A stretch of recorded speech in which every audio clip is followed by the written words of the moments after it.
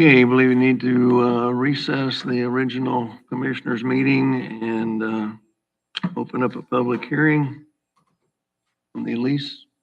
Nathan? Good morning.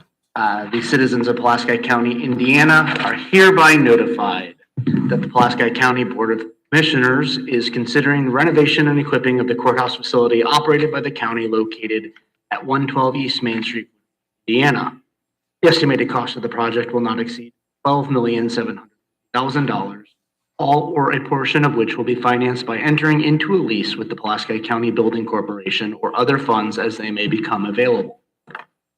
This is the second of two public hearings on a preliminary determination to enter into a lease between the Building Corporation as lessor and the county as lessee to finance all or any portion of the costs, all or any portion of the project. Lease will relate to all or any portion of renovation of the courthouse to be operated by the county, and the lease payments paid by the county under such lease will be paid in part or in whole from ad valorem to property taxes levied and collected on all taxable property within the county. Following the public hearing, I will present for adoption a resolution making a preliminary determination on behalf of the county to enter into the proposed lease, finance all or a portion of the project. Part of these lease rental and bond issuance processes, a petition to be signed by a minimum of 50 landowners was distributed and collected and then submitted to the county auditor, who verified 79 signatories. Commissioners may now open the hearing for public comment. Okay, we have any comments from our audience? Please.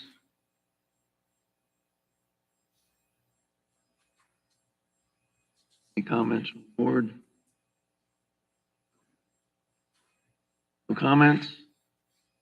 Yes. The only question I have is, where is the bond process at as far as that goes? Are we getting close to submitting for bond? So that we know where we're at as far as that goes?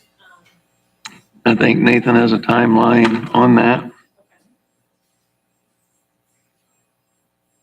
As of right now, the expectation is that the County Council will be asked to approve the additional appropriation for the bond funds at their October meeting, with the final closing occurring on the 15th of December. Within that timeline, we expect that bids for the project will be received at my office for the commissioners on, I believe, the 6th of November. And then to be open the following week so that by the end of November, construction or realistically demolition can commence. Any other comments?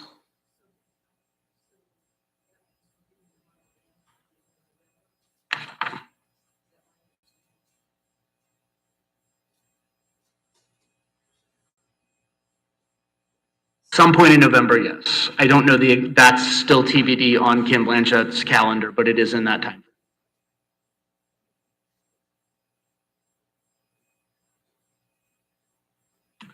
Anything else? Okay, say that the hearing's closed. Right. I present for your consideration Pulaski County Resolution 2023-11. It's 3+ pages. I will read sort of the gist of it.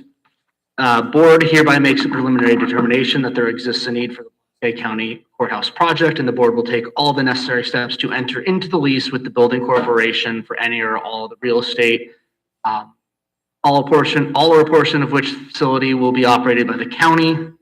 County and the building corporation will finance all or any portion of the project through the issuance of bonds. Total maximum original aggregate principal of the bonds will not exceed $12,700,000, or such greater amount in the case of the issuance of any bonds, all or portion of which will be used to refund all or any portion of the bond. The bond will have a maximum term not to exceed 20 years from the date such bonds are issued. The lease will have a maximum term not to exceed 20 years. Based on an estimated maximum average interest rate that will be paid in connection with the bonds of 6.5% per annum. Total interest costs associated therewith, not including any funds of the county or the building corporation used to pay capitalized interest, will not exceed $10 million, including the interest cost of the maximum annual lease rental to be paid by the county under the lease is $1,135,000. Total lease rental paid by the county over the term of the lease is $22,700,000. The estimated total maximum debt service fund tax levy for the county and the estimated total maximum debt service fund tax rate for the county after the issuance of this bond, which is to say combined debt service and rates for this project in the Justice Center, expected to be $1,471,000 and 13.81 cents per $100 of assessed value, respectively, in 2023 pay 2024 as a result of the payment of the lease rentals under the lease. Have it.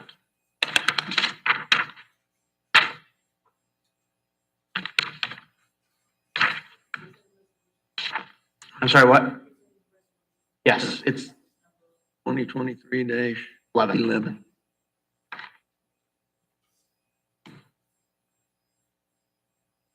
Okay, so I would make a motion to approve resolution 2023-11. Second, I would second that. moved and seconded. Any other discussion? All in favor, say aye. Aye. Aye. all right. I will report back to you once I've checked in with Kevin and our outside counsel, and I'm waiting for Kim to clarify a couple of things in this timeline, and I will distribute the updated timeline so that you guys all have that. Second thing on the agenda this morning is an upgrade to the county's website. I sent this out to you earlier in the week with some explanation. The short version is that I got a proposal from our web host, Crane and Gray, for an overhaul with a maximum estimated cost of $50,800 that would improve stability, ADA compliance and accessibility, and user experience. I had met with Crane and Gray regarding a regional project they're working on for us. And during the course of the conversation, I had just suggested that it might be nice if we could do some freshening up of the website. It's about 8 years old at this point. And I also was hoping that we could get some guidance on improvements to make it a better tool for marketing, for tourists, new residents, or business prospects. Same time, I've been looking in ways of ensuring ADA compliance and accessibility requirements on the website. And one of the issues with the website as it exists currently is that even though it is all part of this PulaskiOnline.org suite, every section of it is its own section. So there's an economic development microsite, a county government microsite, and so on. And so to add software plugins for ADA compliance, we would currently be billed for every single one of those sections separately, as opposed to, even if it were the same number of pages, if it were just one site without that multi-site platform. It's also the case, and this is not something I was aware of until I raised that issue with them, that WordPress, which is the hosting, the CMS, the content management system for the website, has made upgrades that have made multi-site platforms less stable than they were in the mid-2010s. We have not had any functionality issues related to that yet, but it seems like it is eventually going to be happening. So this is where we landed with this proposal for them. I had a lengthy call with them 2 weeks ago in which they answered a number of questions that I had, and I think it is worth at least some further consideration. Like I said, it will make it user-friendlier, clearer paths to the destinations that somebody showing up on our website wants to follow. It will also make it a little bit easier on some of the website updates for me to do, which might someday make it easier for me to teach somebody else how to take on some of that burden so that it's not fully in my office's responsibility at some point in the future. So now if you have any questions, comments, instructions, requests for further information, let me know. I am sure that Mark or Sam would be happy to either to meet with one of you or to come and follow up on this at another meeting. If there's anything in particular right now you'd like go forward with, you know. So this 43,300. That would be the low end. There's some optional costs in there that we don't know if we would need. So at 43.3 at the low end, 58 50,800 at the high end.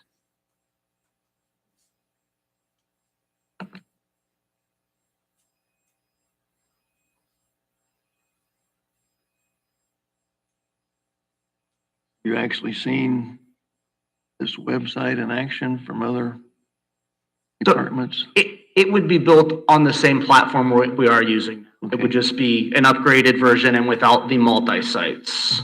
Okay. So I'm very familiar with its functionality, and actually they think that the upgraded version would be even easier for me to make updates. Any idea what our cost is now on our current website? Comparison? So when we built this one, and this will be a fairly comprehensive upgrade. What we did in 2015 was a little bit bigger project because it involved some videography work, and it was actually building on an entirely new platform with WordPress, whereas we had an ancient, outdated CMS then.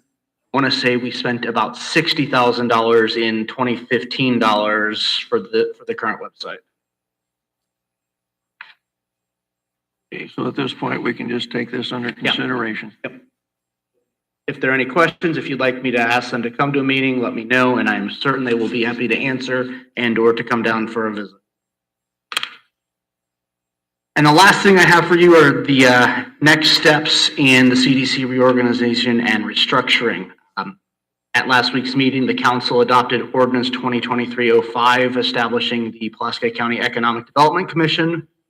So I have for your consideration resolutions 2023-09 and 2023-10, restructuring the CDC and assigning revolving loan fund review and recommendation responsibilities to the EDC respectively. On the first one there, CDC restructuring, you know right now we technically have a membership of 15 members, with 8 of them being at large from various sectors.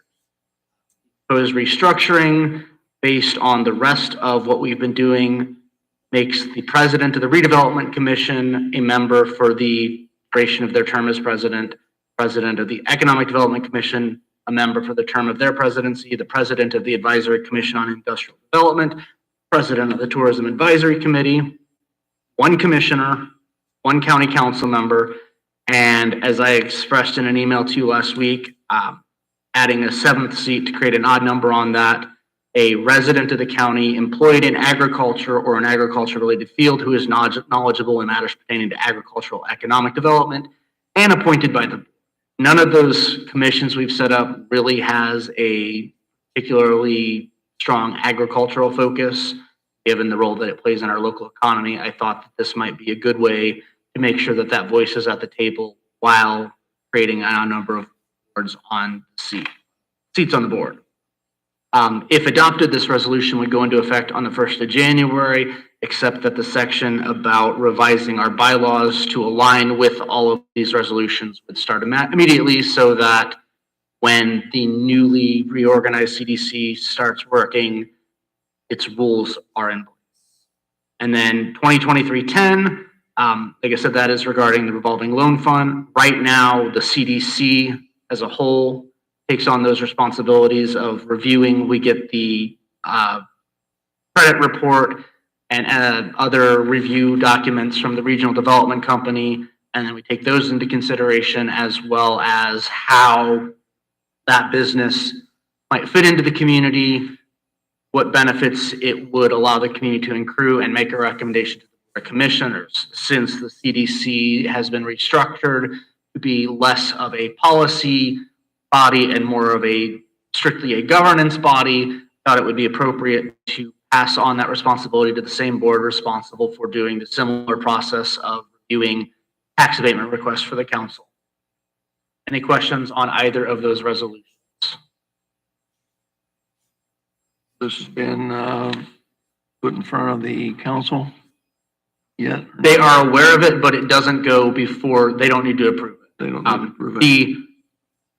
The ordinance regarding the Economic Development Commission that they adopted did include language that said that they would allow, for lack of a better term, the Economic Development Commission to take on such roles like this as the commissioners might prefer. Also does the same thing with town councils and any tax abatements they might consider. they can request the same services from the EDC. Is there any stipends for these positions? That's going to, ideally, yes, but that'll come into conversation with the council budget. It's in my budget request for next year. Historically, the CDC has just been about the only board that the county hasn't paid its members of because of some issues with dual lucrative positions. People who get elected president and serve doubly on the CDC might not be able to be paid for those meetings, but I put it in my budget that they would be paid for their individual RC meetings. Reese, you have any questions for Nathan? On a revolving loan fund, I'm not sure switching that to another board solves the Well, problem. no. There are still issues that we need to address as we finish going through the rules. Yeah. It's just making sure that we have the right person making that review based on however the rules. I think the main thing we need is delinquency structure, what to do. And that'll be part of this ongoing conversation we're picking back up with program rules. The EDC in reviewing and recommending would still be bound by the same amended rules that we're working on.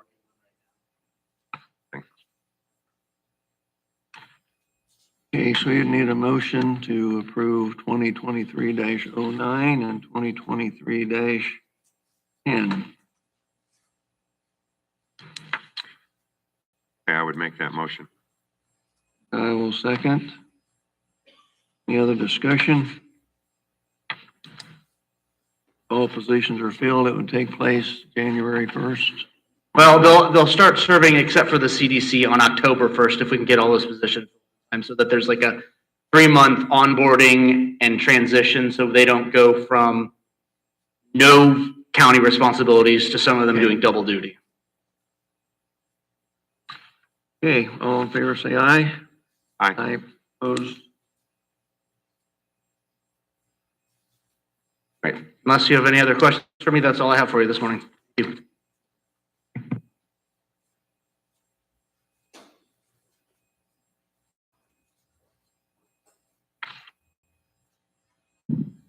Lynn's next.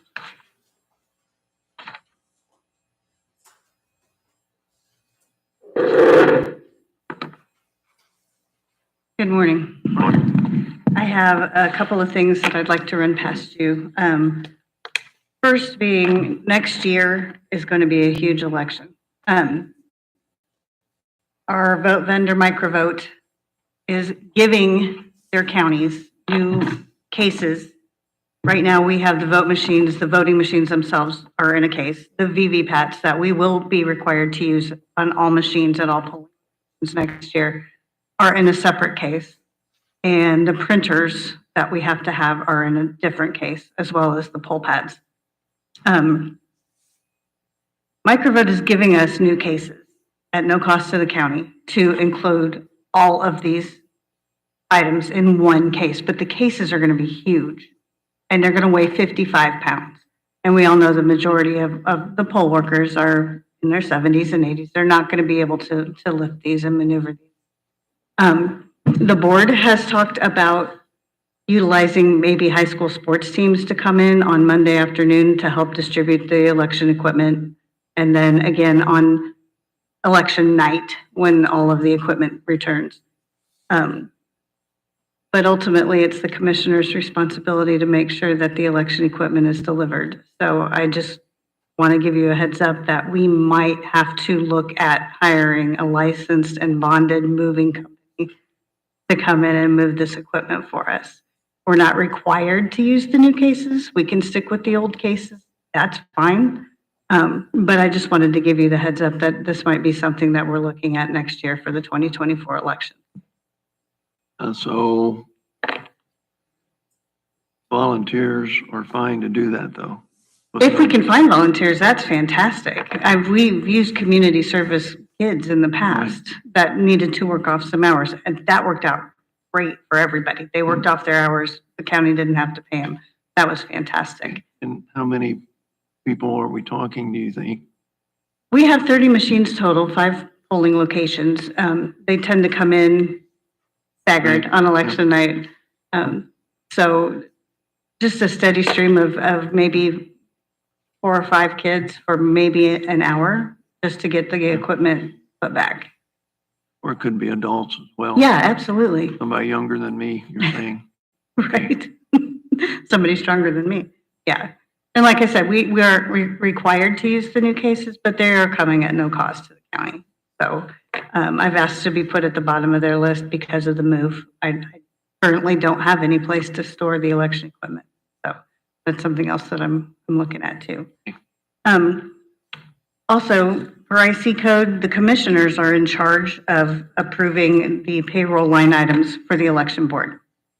I have built into my 2024 budget a pay increase for the board and a pay increase for the poll workers. Maurice, I'm going to throw you into the bus. He was good enough to come out and work the polls for us last election day, last November. I think he has a better idea now of what it entails to put in a full day working the polls on election day. It's at least a 13 to 14 hour day. And right now, the inspectors who are in charge are getting $150. The clerks and the judges are getting $100. And I'm just asking for a small boost for the inspectors to get $200 for election day and the clerks and the judges $150.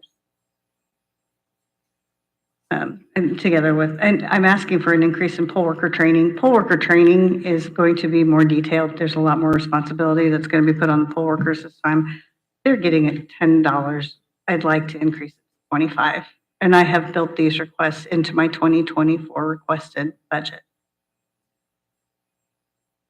I think the budget cycle at this time, it's been approved for advertising, but the budget has not actually been approved. Once it's approved, well, then we would have to I think come you back need, and yeah, consider this. I think you need to make the motion to approve the additional increase, and then the council would make the decision whether or not to fund it, if I understand that correctly.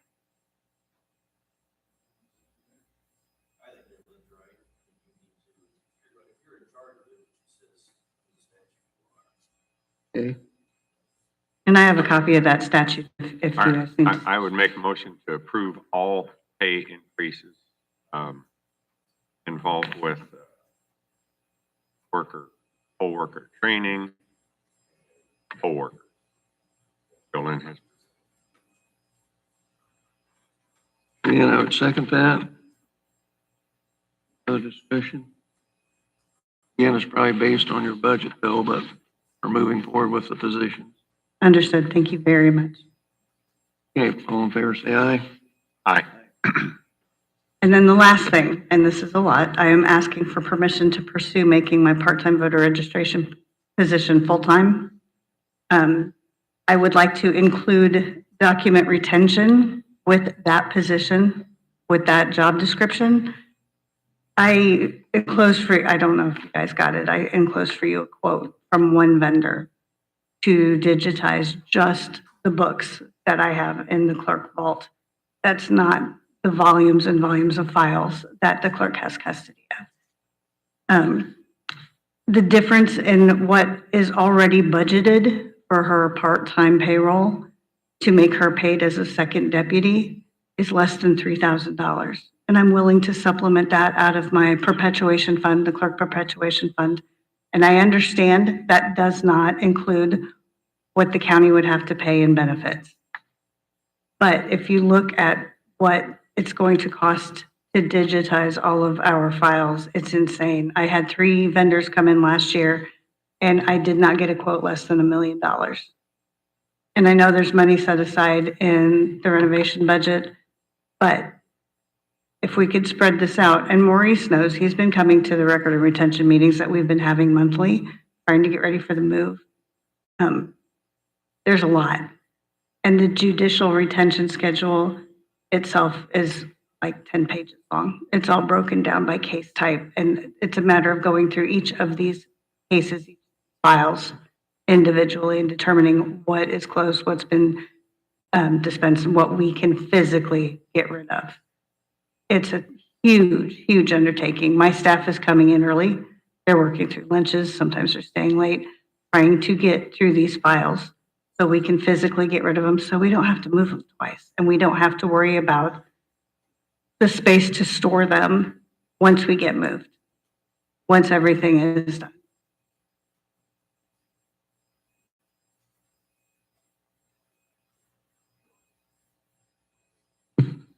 This might be one I want to look into a little bit more. I think Yeah, because after we're finished with record retention and on a off year, what would that person do? Off election, Currently, I'm the only person in my office who deals with elections directly, okay? and it's a huge job. I mean, All right. when we get close to the election, I'm putting in 14 to 16-hour days, Yeah. trying to get absentee ballots processed and the equipment ready, and a lot of that will fall back on her in that position as an election deputy and record retention and voter registration. I think I would make a motion to table this so we can get a little better understanding and study of the position. Yeah, I would second the motion. Okay, all in favor, say aye. Aye. Anything else? I think that's it for now. Okay, Thank you. Thank you. Teresa?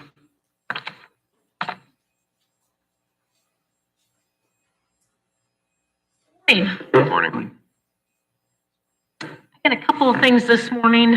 One thing Nathan has already touched on with the bond and the move as far as the 4 offices of the courthouse, auditor, treasurer, recorder, and assessor that are going over to the county building, which the reason we decided to go to the county building is so that we could save the taxpayers that rent money that we would not have to put out. You know, they're already being, bill is already going to be crazy anyway. So, and all of us are going from an office with plenty of space to an office with very little. So we really don't want to move until we get an actual, yep, this is the date they're going to come in and start working on that courthouse. Because if we'd have moved back in July or before that, we'd still be sitting over there and nothing being done. And you got to understand our point. We don't want to be, you know, mean or anything, but we want to save the county money. That's our main thing, because we are there to help the taxpayers. But also we want to, we don't want to move until it's actually going to happen. Yeah, that makes sense. And it sounds like November sometime, possibly. Okay, so my problem is tax bills.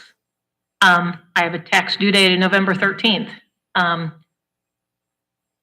Elevator's not the greatest in the county building, and it's 3 stories to get up to me.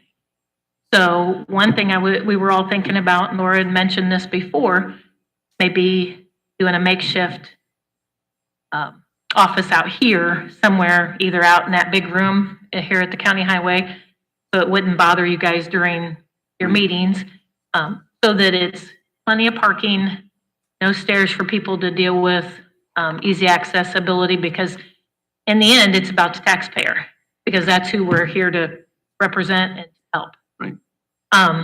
So I need to, and I have not talked to Gary yet about coming out here, but I want to talk to you guys as well.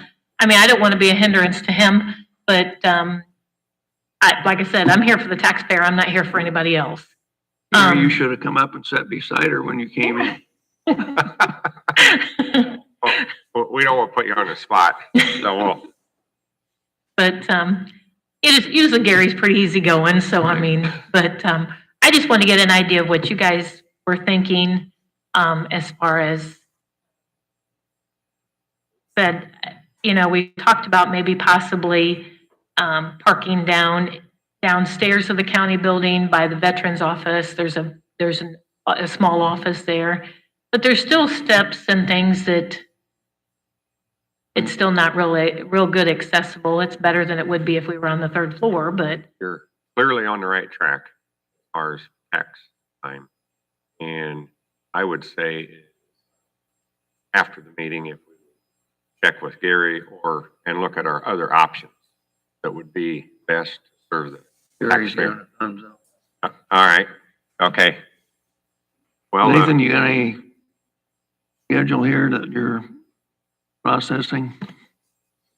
Like I said, we know that construction is looking at late November. As she alluded, that tax time really throws a wrench for the Right. possibility of moving her as late as otherwise would be the deal. So if we can come up with something like this, I think that makes sense. If taxes, at least there's an alternate location for handling that matter. And if there is a delay in the start of construction type, when would we know that so they wouldn't have to move at all? That's a bogus question, I know. I would say the very last point at which we will have any reason to believe there will be a delay will be the third to last week of September. And that's going to be entirely on the bond issue. Right, okay. Architects and contractors, they are well ahead of that schedule, so they'll be waiting on us, Baker Tilly, Barnes and Thornburg, to get all of that side of things taken care of. Okay. So we have time there to, I think this would be a good alternative. Gary's given his thumbs up on it, so we would need to designate an area at that time and so on if we need to. Good option to have in our back pocket, so to speak. I mean, I have various different ways to pay. I mean, you can always go to the bank or mail it. A lot of people don't like to mail lately because the mail has been Yeah. kind of, and I do have ability to do it online, but unfortunately it charges them a fee. I don't want to do that. I mean, I just soon not have to, but unfortunately, there's no other way around it. But at least they have other ways to be able to pay. A lot of people, you know, when we closed back during COVID times, they were just, that, you know, my phone would not stop ringing. I couldn't set it down quick enough, that it was ringing again, saying, when can I come in and pay my taxes, you know? And I understand that. They want to see our face. They want to know they have a receipt in their hand. They don't want to have it digitized to them, or, you know, or pray that they know the banks will give us the money, but yeah. Would there be any concern about internet connection out here for any of your equipment? Gary, correct me if I'm wrong, but ever since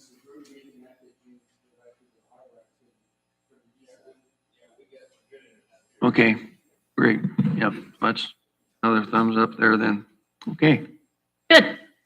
The other thing that I would like to talk about, when the auditor's office does their claims every couple weeks, first and third Mondays, I push the ACH payment to the bank, and then the bank sends it out to the various accounts.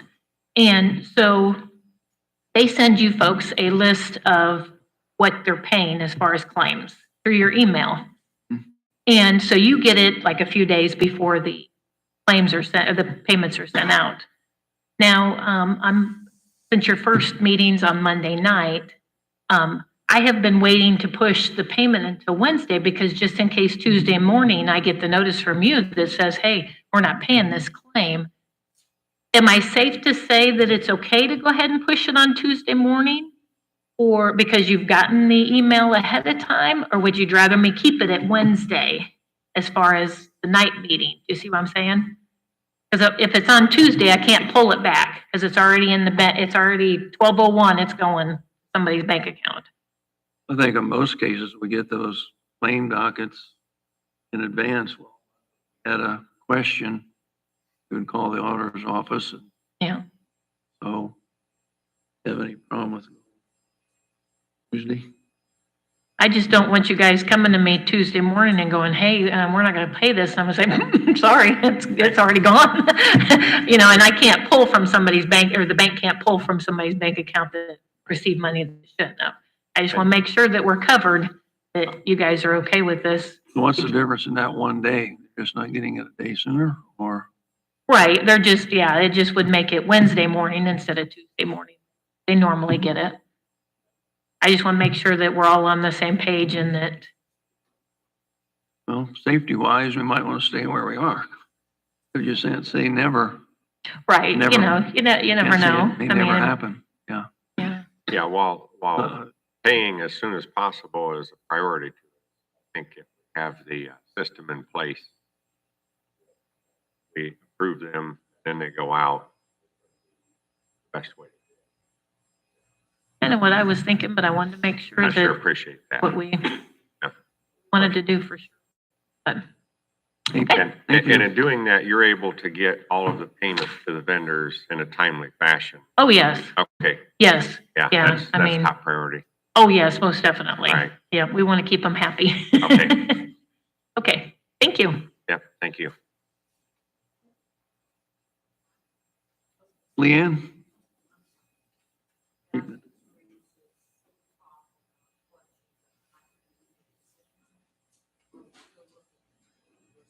Yeah. On, Looking into on options. schedule. Good morning. Yeah, good morning. I'm Leanne Wright from the Community Foundation of Pulaski County. And this morning, I'm providing an update on the FSSA matching grant that we applied for. Today with me are members of the local coordinating council, known as Pulaski County Drug Free, Kate DeRolf, also Dr. Ullman from the Health Department, and both of our school superintendents, Kara Chisholm and Kathy Rouse. So thank you for making time this morning. To provide a quick recap and some context for this FSSA matching grant, the Community Foundation and the Pulaski County Drug Free Council, our local coordinating council, have partnered to address substance misuse in our community. The two organizations developed a community action plan, which was based on community need and the feedback from the conversations with our community report developed by the foundation as a part of the Lilly Endowment Gift 7 initiative.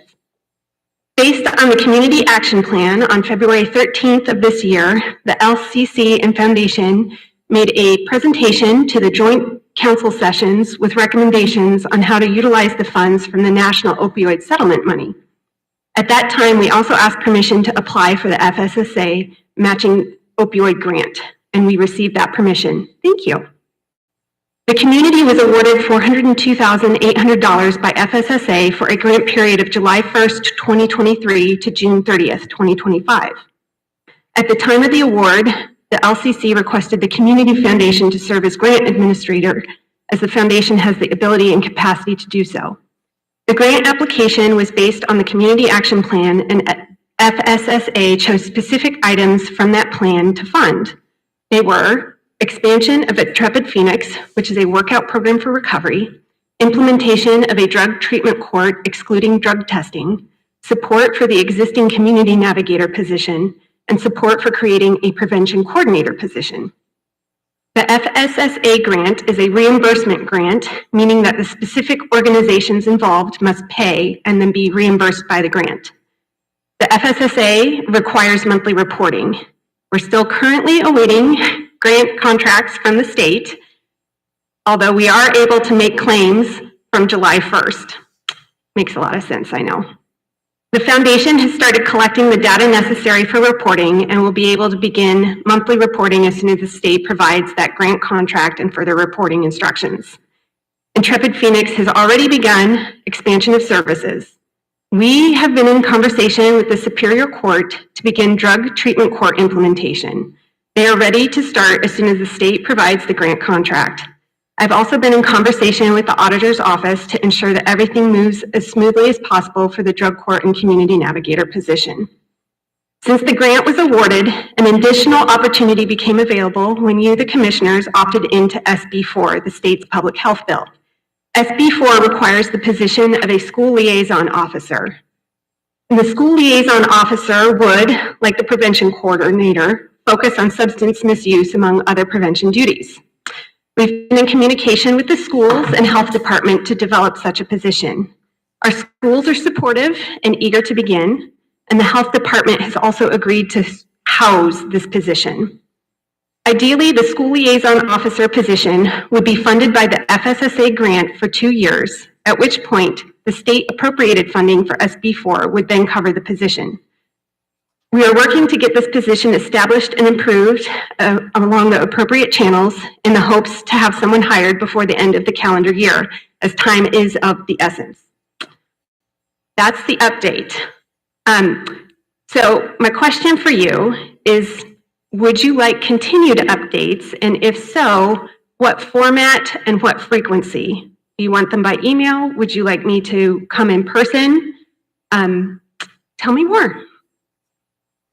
Like, we normally operate on email, and then if we see that there is a need to come in front of the commissioners and council in a joint session where you don't have to repeat things twice and so on, then that maybe would be appropriate. Yes.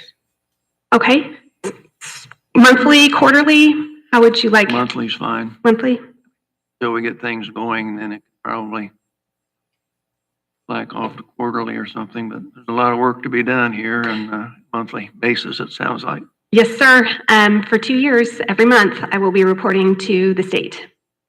Thank you for that, clarifying that. And while I'm here and I have our health department and schools, do you have any questions for us about this grant or things in general? I don't believe so. Do you have any questions? Not. Okay, thank you. Thank you.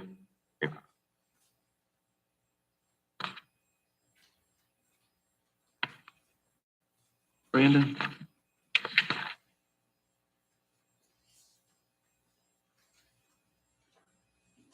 Good morning. Morning. As you know, the DEA is requiring us to have our own DEA number, and we can no longer run off the borrowed narcotics hospital. We had started this process a while back with the Knox company, which is the same company that makes the narcotics vaults for our ambulances. Fortunately, material shortages caused them to not be able to produce product. In the meantime, they've made some improvements and have now been able to start manufacturing it. The original quote that I had approved was a budget or two ago, here to get reapproval.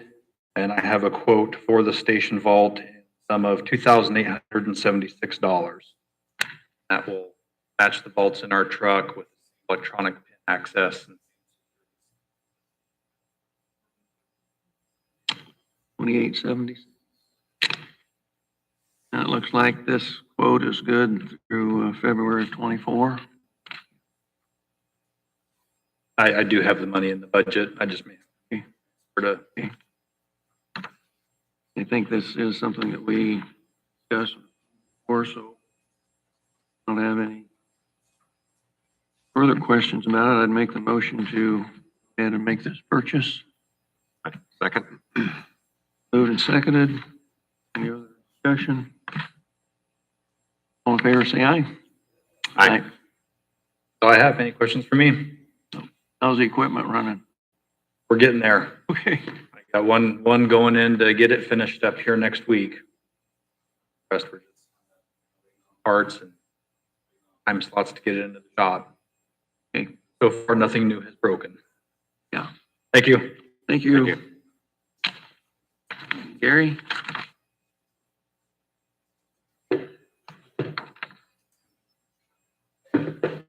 Well, yes, good morning. As you know, we've been looking forward to try to find new trucks, and we just have not been able to get any. I did get a phone call that there's possibly 2 new trucks that could be in our possession next year, which is going to be roughly $170,000. That's just for the chassis. This is through Mac. He just found out last week that he has the availability for the highway to get 2 of them. 2025, they're going to come out with new updates to the engines and be a little more difficult as far as getting those, and we don't know, could have more issues. I didn't know, got money in, I don't have it in the budget appropriated because I didn't know we was going to get them for the availability. I have to do some more checking with him. He's supposed to stop in today for sure. I did not know if this was something that we could move forth on, possibly getting 2 new tandems that possibly will be ready in 2024 for snowplow season.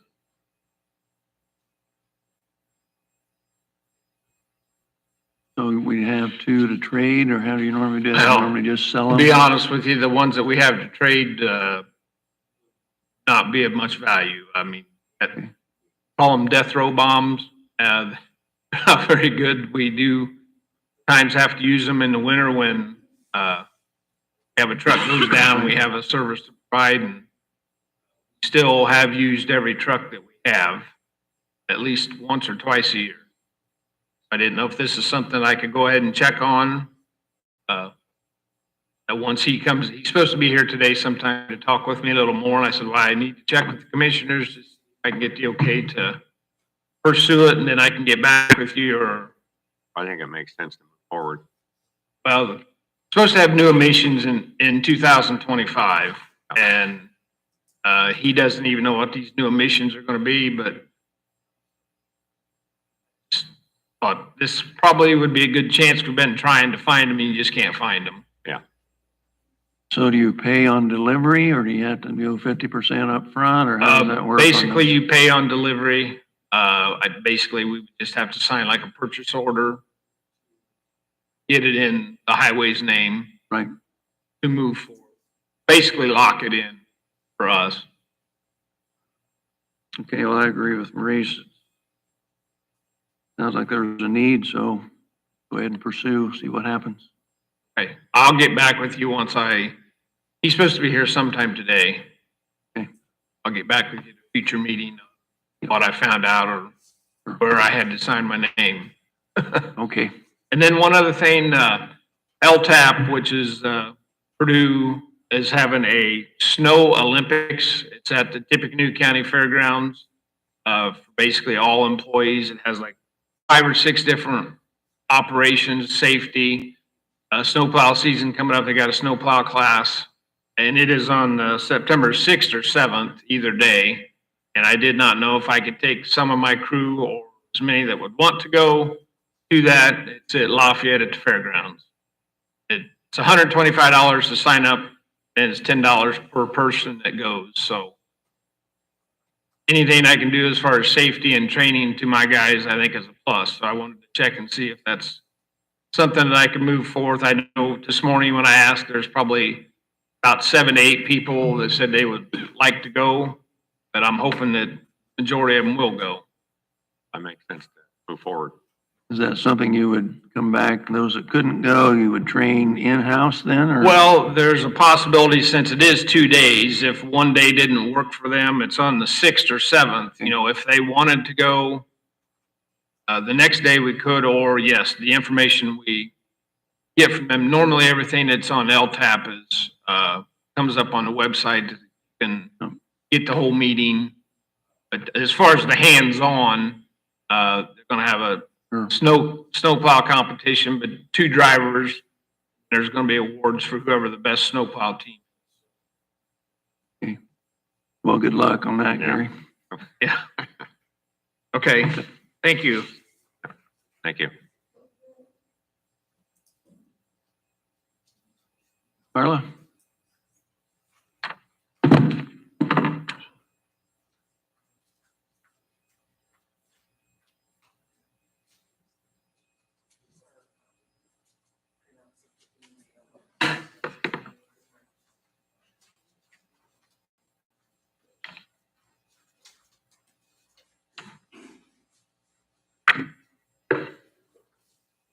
So what I gave you is also what you have gotten digital copies of. I have 3 ordinances that the Plan Commission in regularly scheduled session on July 24th that was advertised legally as per Indiana requirements. The board has a few recommendations. The first ordinance in front of you, Pulaski County Ordinance 2023-07. It's in regards to the building ordinance 2006-2. Thus far, I have not found any document that tells us when a building permit expires. The only location that's found has been on the actual body of a permit itself. So I felt it was extremely important that we had that in writing. Section 12 is presently a non-existent section, which you may have noticed in the email documents I had given you in regards to some just it looks like this, the conversations that the Plan Commission has been discussing on all of these requests since March, when all of us were in brief conversation about some of these items. So I personally feel it's extremely important that we do have language stating it as such. Ever since I've been in the building department, it's always been understood they expire in 12 months and they've been on permits that every resident and commercial entity has signed. I would just rather have it in writing, and then also altering the language a bit to exclude commercial solar permits to expire every 12 months.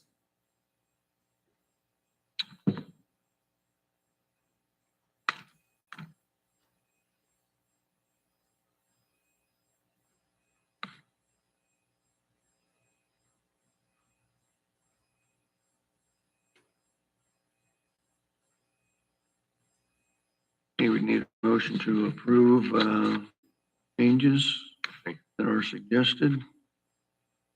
Um, Planning Commission. Kevin, do you have It's the middle of March. The only question that comes to mind is, this is a building ordinance maybe subject to the Pulaski County Building fee schedule, is that, so as long as they pay their fee, it's removed? Yes, there is. No, the fee schedule actually there's a percentage, there's a renewal, and also in our ordinance, it offers me a discretion of potentially offering somebody maybe a 30-day grace period because materials didn't come in or weather something, just offering somebody grace so they don't have to pay another $200 because Menards delivered a week late. So that's the only reason why I put the language in there that it may be renewed, because we do, since I've been in office, we have offered extensions because of circumstances beyond the permit holder's control. okay, so, Yeah, these have been. well, I'd make a motion to approve number 2006-2 as presented. Second that.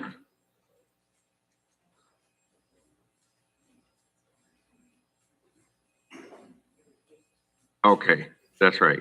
Let me back up a minute. My motion was on number 2023-7 that replaces 2006-. Yes, okay, Second that. Favor say aye. Aye. aye. Okay, thank you. On the next one, ordinance 2023-08, amending Pulaski County Unified Development Ordinance number 2022-05. Again, this is some language that had been discussed since March, cleaning up now that we have extreme experience in regards to ordinance regulations with commercial solar. Some areas that had caused question and concern, such as the very first one, the proposed amendment for 7.14.B.3 for safety design and installation. There is a portion of the language that presently has read multiple different ways by multiple people, multiple developers, to where it would read, you're literally screening a half a mile of a county block, regardless if there are panels or not, regardless if there's farm, residential, not, whatever the case. So two sections do contradict one another in 7.14B. I have bolded and underlined where it reads, that's the addition, fencing along road frontage of solar panels and facing residential structures presently habited. So that's the first proposed amendment. The second one is 7.1C1 applicability. This is where it's requiring all language of the ordinance, if any, but basically this section is saying I don't care what type of solar panel you have. I don't care if it's residential. You have to follow these strict guidelines. Oh, actually, no, I'm so sorry. Nope, disregard everything I just said. That's for the next time I see you. Okay, the concern here in this section is this portion requires a solar developer to make notice to the public of their intent to submit an application to my office. As it stands right now, there's no deadline. They could put an ad in the paper and then not apply for 7 years. So there's no guideline to help let the public know, hey, this is going to happen this year. This is going to happen in 12 years. So the Plan Commission had recommended to put a window of reasonable attempt to the public of 45 to 60 days. The reason why 45 to 60 days was recommended is because presently in our rules of procedure for Board of Zoning and Plan Commission for commercial development, that is the requirement for public submission, 45 to 60 days. But actually for notice, they did add the language there of commercial. You see I have bolded and underlined. Otherwise, it also means that a resident gets a solar panel, they also would have to submit a publication. So that's why the word commercial is there. And then also I will add, and I'm going to bring your name up here, Nathan. Nathan and I, where it says and/or CSES, it's okay. That's just kind of a clerical thing. I don't necessarily need your approval to add that, but the way the language reads, I just wanted to put that in since I was already here for this section.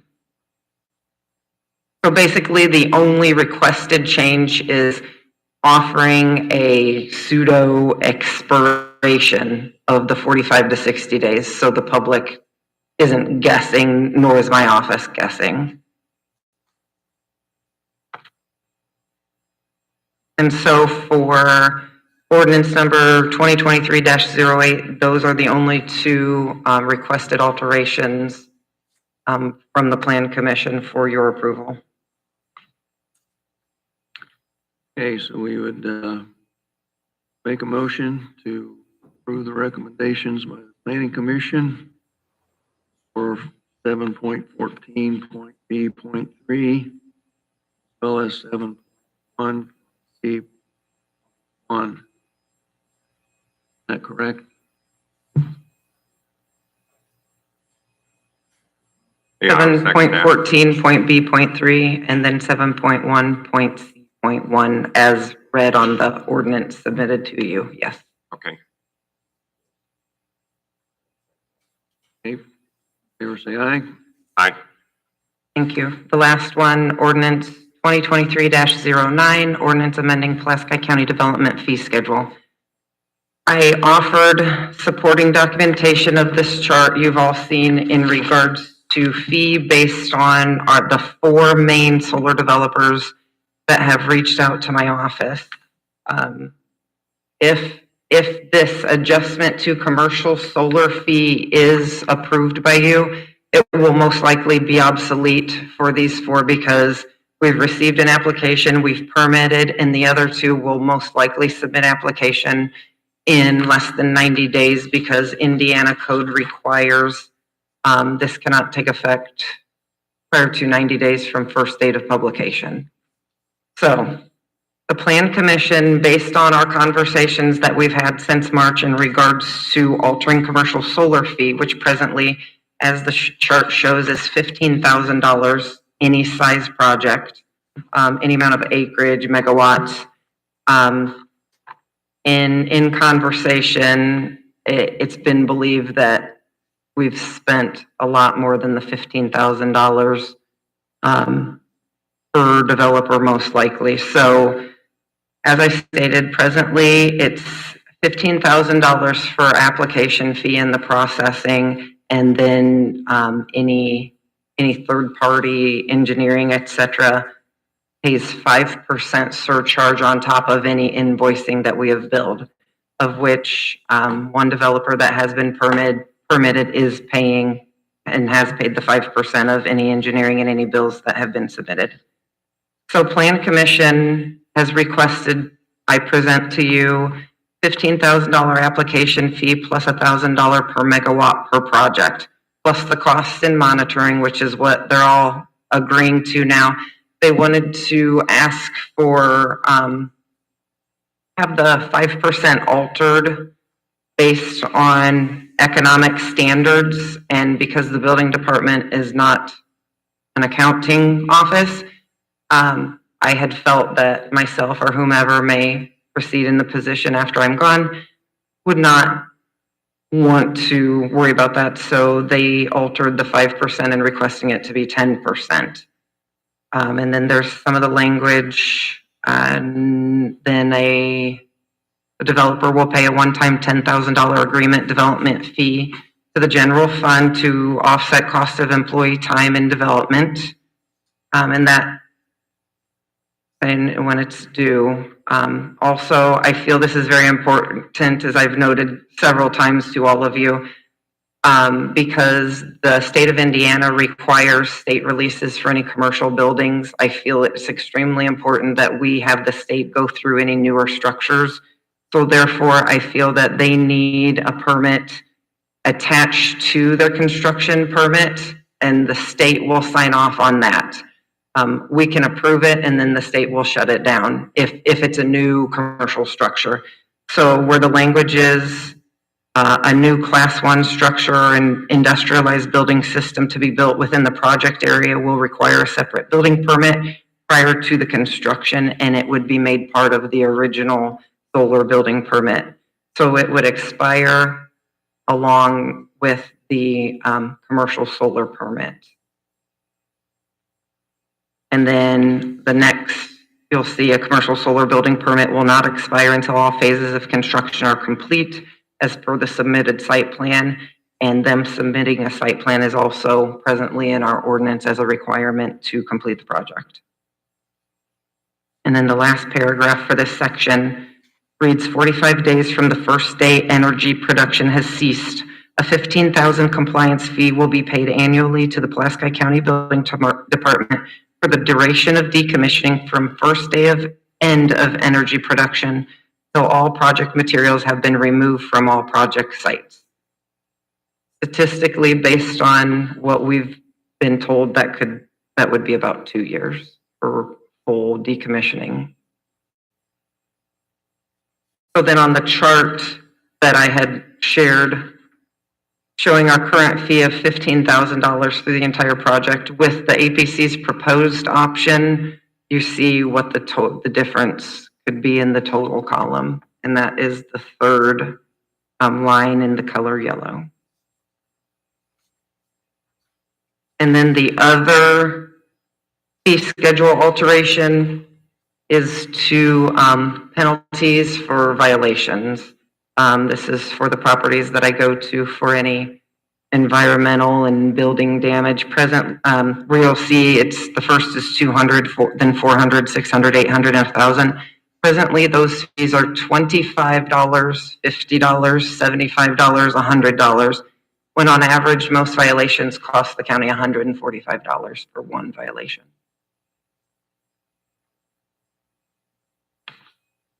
Kevin, you have any comments on the fee schedule?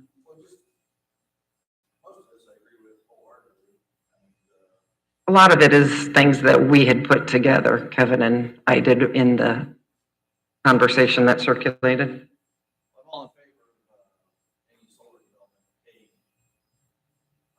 all the costs of the additional work that is causing the county.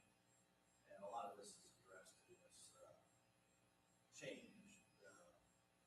The other thing I find, and I don't remember talking to you about this part, I don't know if you talked to Nathan about it, but the $1,000 per megawatt per project on top of it. So we went from $1,125 per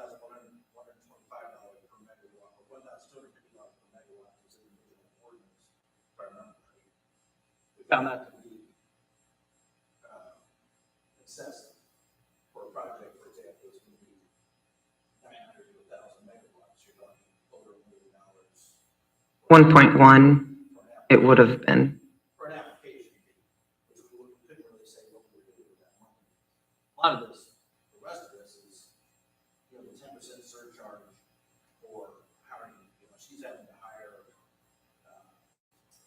engineers, they saw some contracts for that Friday, from Chuck, Yep. to address compliance with our own statute, with our own ordinance, excuse me. So that forces it, we're going to hurt department. So the 10% surcharge makes sense, up to 5%. They're also covering all the costs of those services. The $10,000 agreement development fee seems reasonable. Because Carla, and that's paid in the general funds, that Carla is involved in some of the development of the agreements, surveyor, the highway department. I don't know how you can allocate that money after you get this agreement in place, or it's just going to reimburse the county for the overtime. That can be decided by the council, I suppose. Separate building permit for the class 1 structure makes sense. I think the $15,000 compliance fee for duration of the ignition is probably light, considering that's not going to happen for 30 years or 40 years. So $15,000 is going to be the same. So you might want to rethink for half an hour. I mean, that wants to be some sort of percentage or something. I don't know, so that it can adjust for inflation. But the megawatt, and I don't know whether that seems, and I don't know. I mean, you're going to. It depends on whether you want to compete for this business or not. You know, if you want development in the county, it seems to me that you're competing with other counties for this business. Start Light, and if you put in a $1 million, or even if it's a 200 megawatt project, $200,000 application fee, maybe that's the straw that breaks the camel's back between you and another county. That's all. There you go. Yeah. There's a comparison. Got a line, you know? Is this what these other counties are charging? Yes. Yes. Yeah, I have no idea, so I would rely on her. I don't know.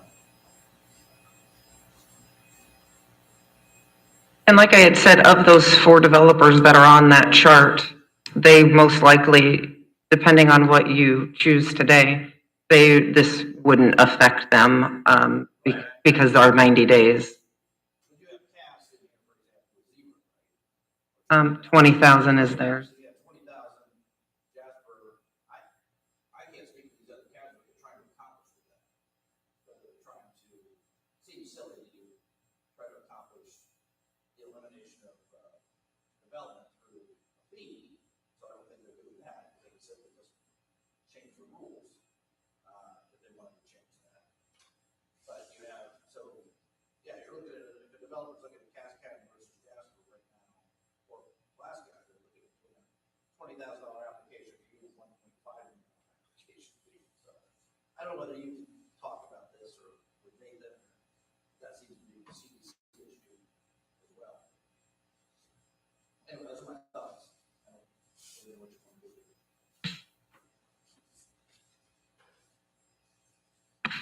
Nathan, do you have any comment? If that's what the plan commission thinks is a reasonable fee schedule, it's not my place to question it.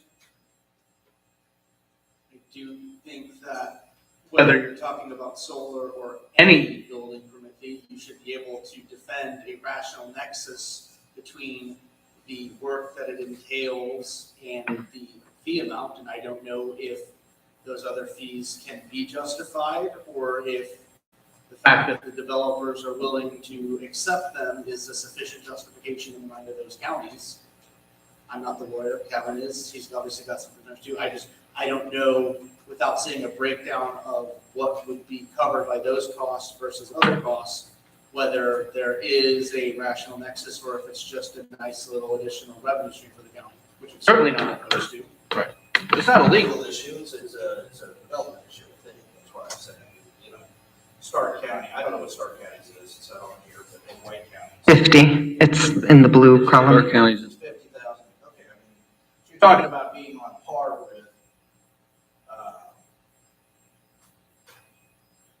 the Jasper County 1.5 is based on, okay, based on the 900 megawatts, okay. So, I mean, you're talking about a substantial change.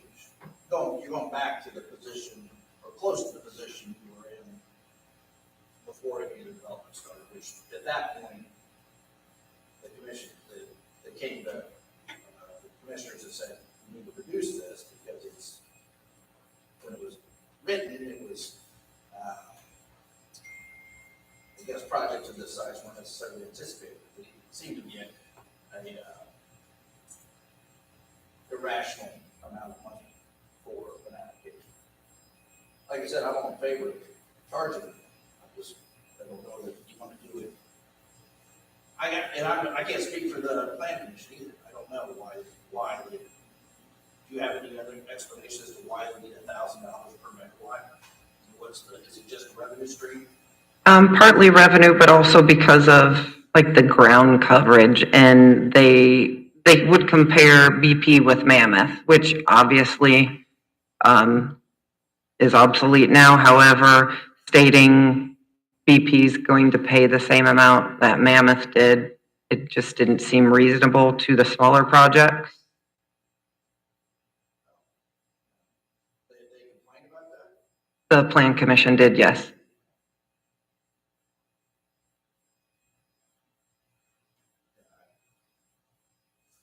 Some of these, I don't know what total budget is for your office. Some of these are going to exceed, would arguably exceed the whole building department's budget for an application.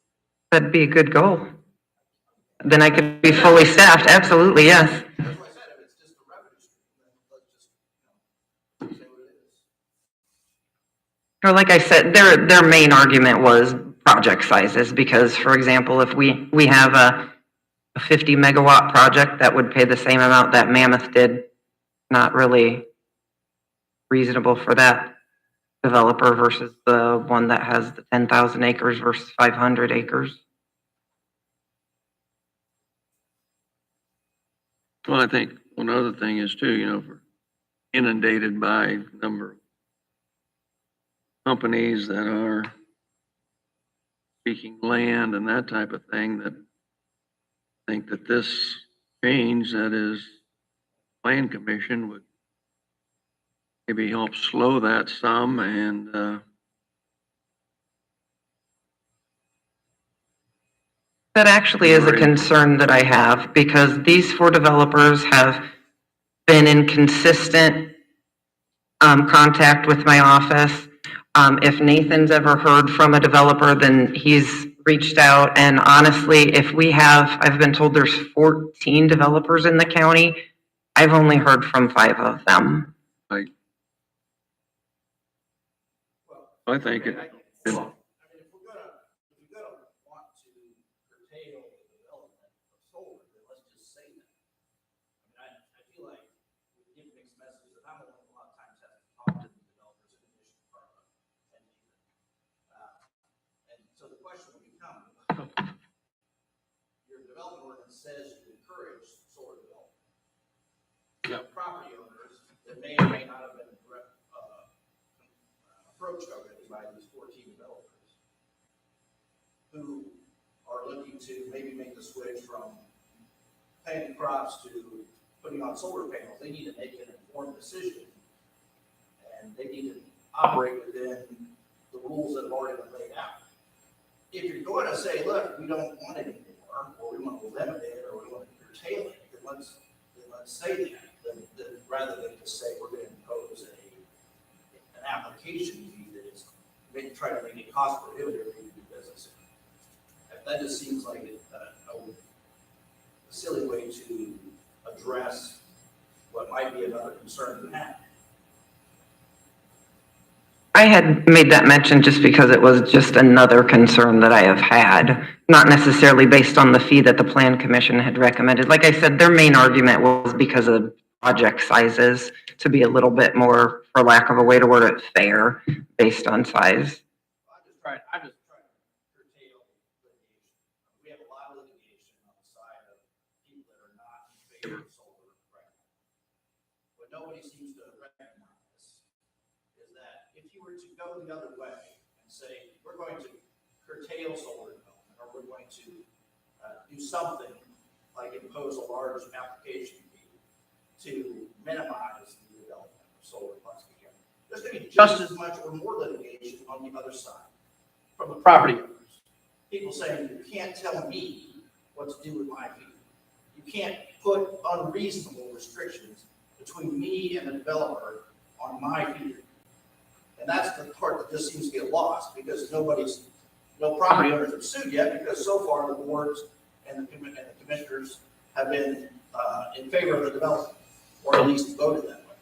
So, but we're ignoring the fact that people have property rights, and they're going to enforce those property rights. So something that is, that doesn't make a lot of sense, can be a catalyst for litigation. So I just want us to be clear about what our intentions are. I'd make a motion to table these three. 2023-07, 2023-08, 2023-09. I think, can we go forward with the residential fees changes? Yes. Let me back up a minute.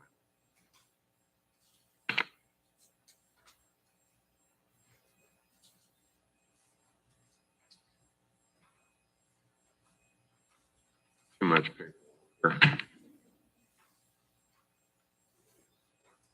Okay, let me start over with that motion. I make a motion to approve 2023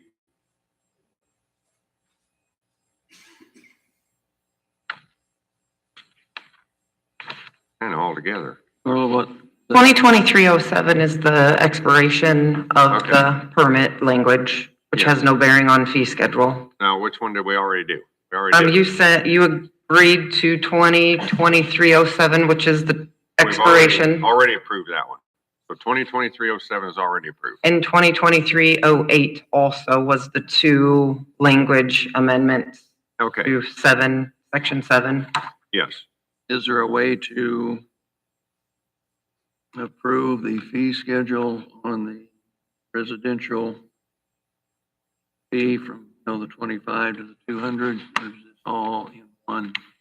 It is in one. Kevin, is it possible if I remove and being on record stating I would remove the language for solar energy systems, but we keep the development fee schedules A5, 2, 3, 4, 5, and 6 fees?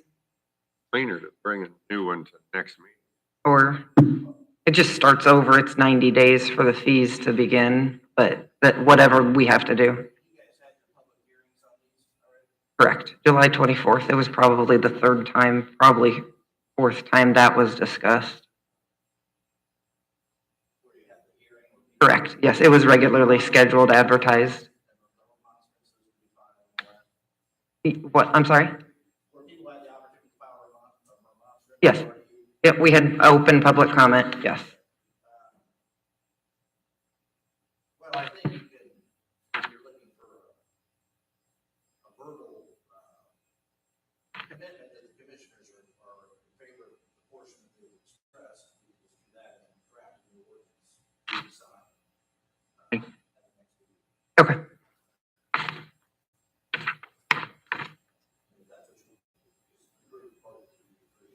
Right.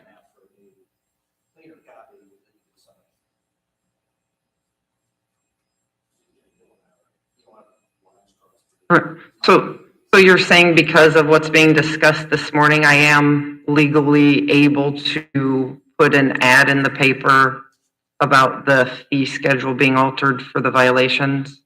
Or should I just, yeah, I can't. I just wanted to start fining and liens. Okay. To make it cleaner. Okay.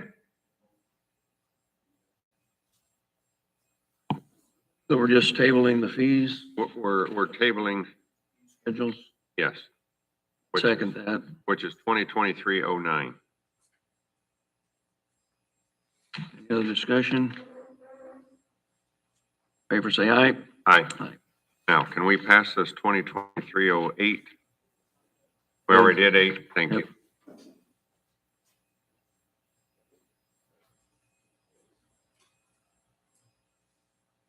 Okay, and we're down to approving, claim here for the prosecutor office. Some claim was greater than her limitations. So basically it was for claim her is $2,950. Total purchase was $5,900. That is shared with the Sheriff's Department, I believe. Need a motion to approve that claim. I would make that motion.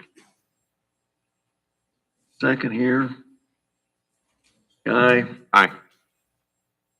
we have other business. We have the claims and payroll number 17. Okay, I've reviewed all the claims and the payroll 17. I make a motion to approve as presented.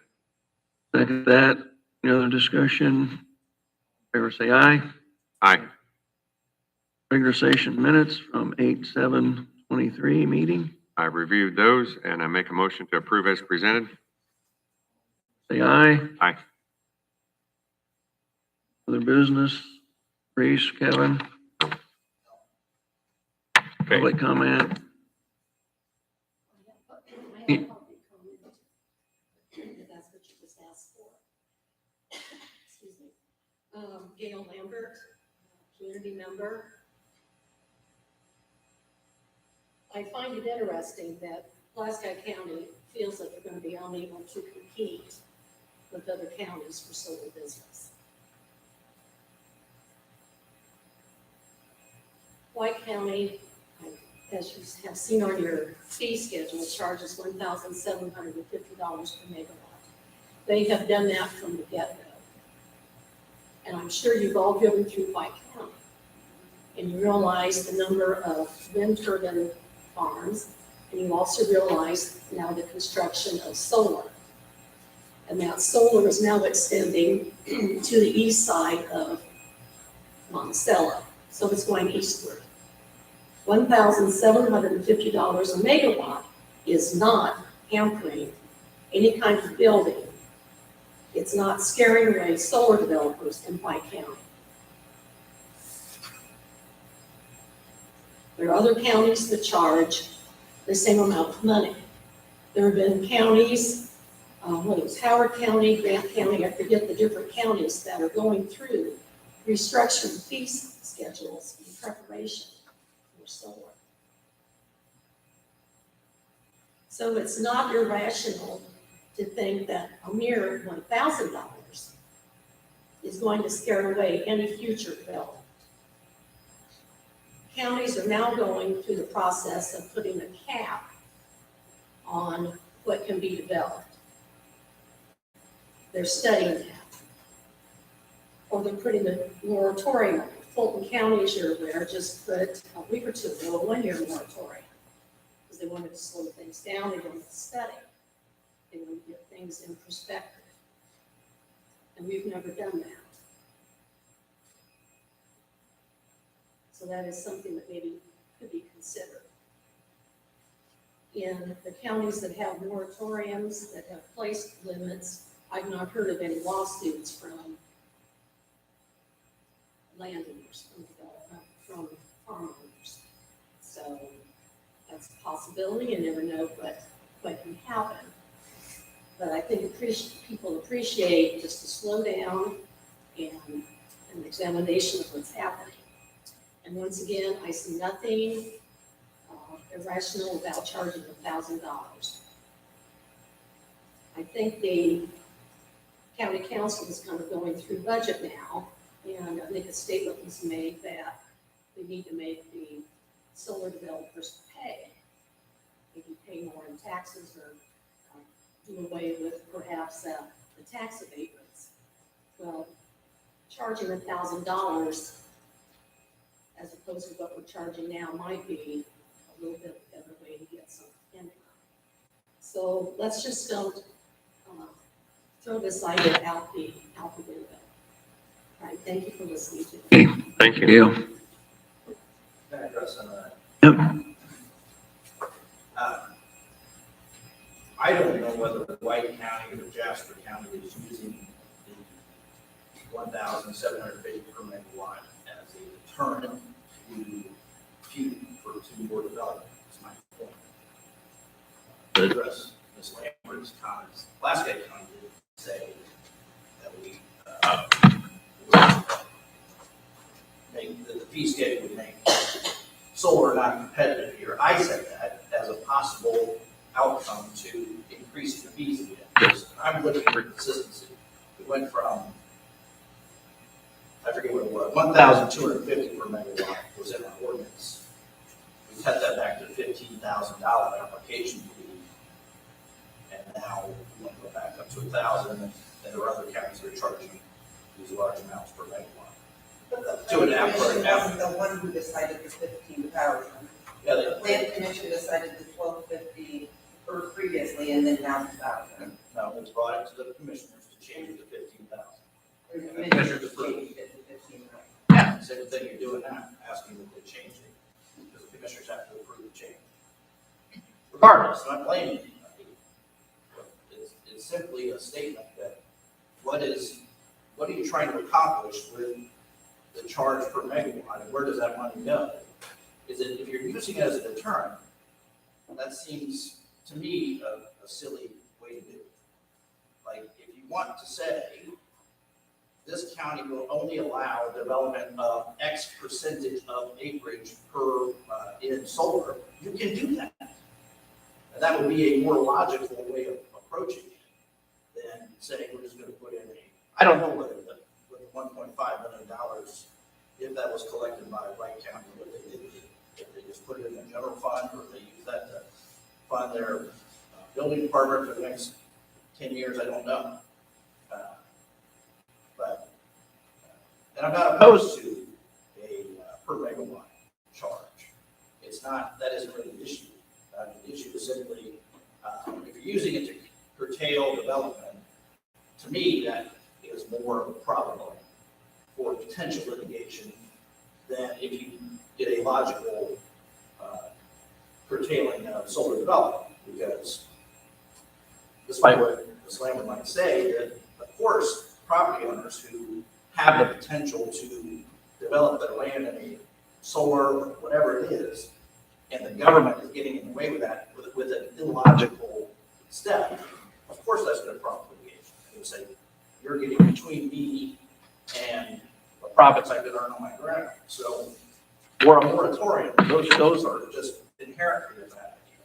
But because they're, from a legal perspective, because they just don't have, there's no basis in constitutional law for let's just stop anybody from developing for a year. So we can think about it. I mean, you know what it is. So create the rules you want, is what I'm saying. I'm not trying to just, if you want to do it through a fee schedule, okay. It just seems like if you want to reach a certain end goal, you just say what that is and we'll craft language to get there. And I would like to make a comment to that. One, the purpose of the moratorium is exactly the point of putting a stop and having a chance to look. That's what a moratorium is. Right, but I'm just saying from a constitutional law perspective, it doesn't, there's not a lot of basis in logic. They're like, Well, I'm a- other if I'm a counties property have done owner- it, and if I'm a have prop- had no issues. if I'm a property owner and I'm seeking to develop my land with a third-party developer, and the government says, we're just not gonna allow that for a year because we want to think about it. That's not a lot of, that's a weak constitutional argument for the government. That's what I'm saying. I'm not But saying I you guess can't the do it. county, but then on the other hand, the county government has the right to make the decision what's going to be done, and we should not be cowed or bullied by a vendor that wants to come into our county and do business. No, basically, And then secondly, when we were, in any discussion that I've heard about raising and charging a megawatt cost, saying that it was a deterrent was never in any conversations that I've heard. That's kind of a negative, I think, approach to that thought the $1,000 fee, $1,750 fee, that was more of a thing of a money-making thing for the county, which through other counties has worked. And never was it a negative thing of, oh, well, this is gonna be a way that we're gonna shut down. That's never been a thought. Okay, well, we've tabled this topic, so this discussion can take place, down the road. And, no other business. Meeting's adjourned. Meeting adjourned.